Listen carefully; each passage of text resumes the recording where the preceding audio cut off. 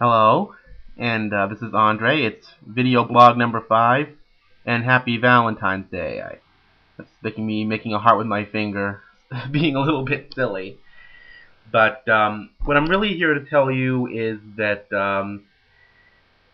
well, number one, happy Valentine's Day.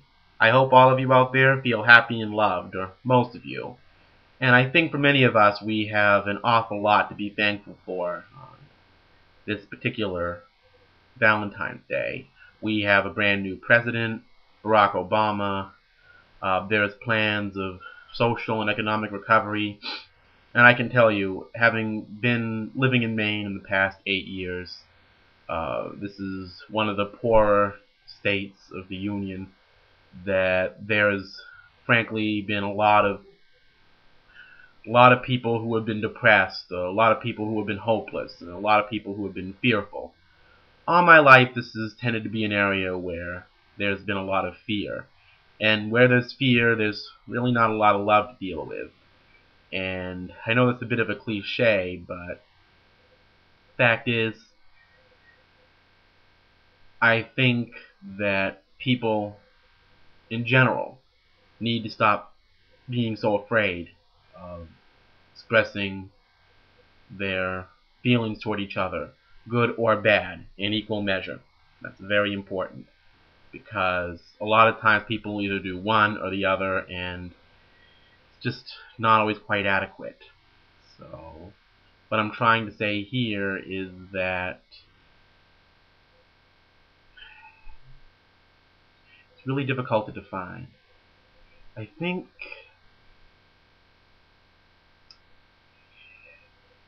love is, period. Just is. I'm no theologian. I'm not a psychologist. But a member of my immediate family is a sociologist, and he understands people very well. And some of the people that this individual works with happen to be very concerned and conflicted with each other over everything from political opinions to personal space and everything. And it doesn't stop just because it's St. Valentine's Day. I mean, frankly, to some people out there who aren't Christian or Catholic, the holiday doesn't really mean much at all. But it's become universal, like Christmas. People of all faiths celebrated it, even if it's meant to indicate one specific faith. But the important thing is that it has been a national holiday that is allocated aside for matters of love. And I think that that is one of the important elements of this day, that people are able to find a way to look beyond some of the emotional baggage they're carrying around with them, and the angst and the emotionalism and the drama in general, and try to do loving things for each other. I know there are some cynics out there that say, oh, it's just a corporate day to, get cards and rah, rah, rah, rah, and all that sort of business, but it's more to it than that. I think it's like Christmas. If we could learn to make every day for ourselves and for the people around us like that, I think the world and around people and everything would be a lot more dealable.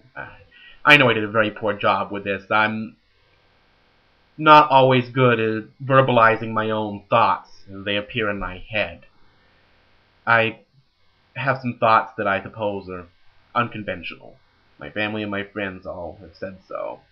And frankly, I've learned to be very proud of them. I mean, frankly, I think there should be some more unconventional thinking in this world. And the best news I can think of on this particular Valentine's Day is that we have a president in the Oval Office who has devoted himself to unconventional thinking. And he's going to come up with a lot of resistance in the future, but he's there, and we can't stop it.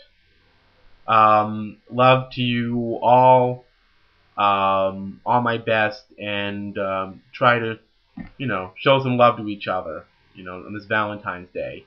Andre's Valentine's Day video blog, finding some of the people that this individual works with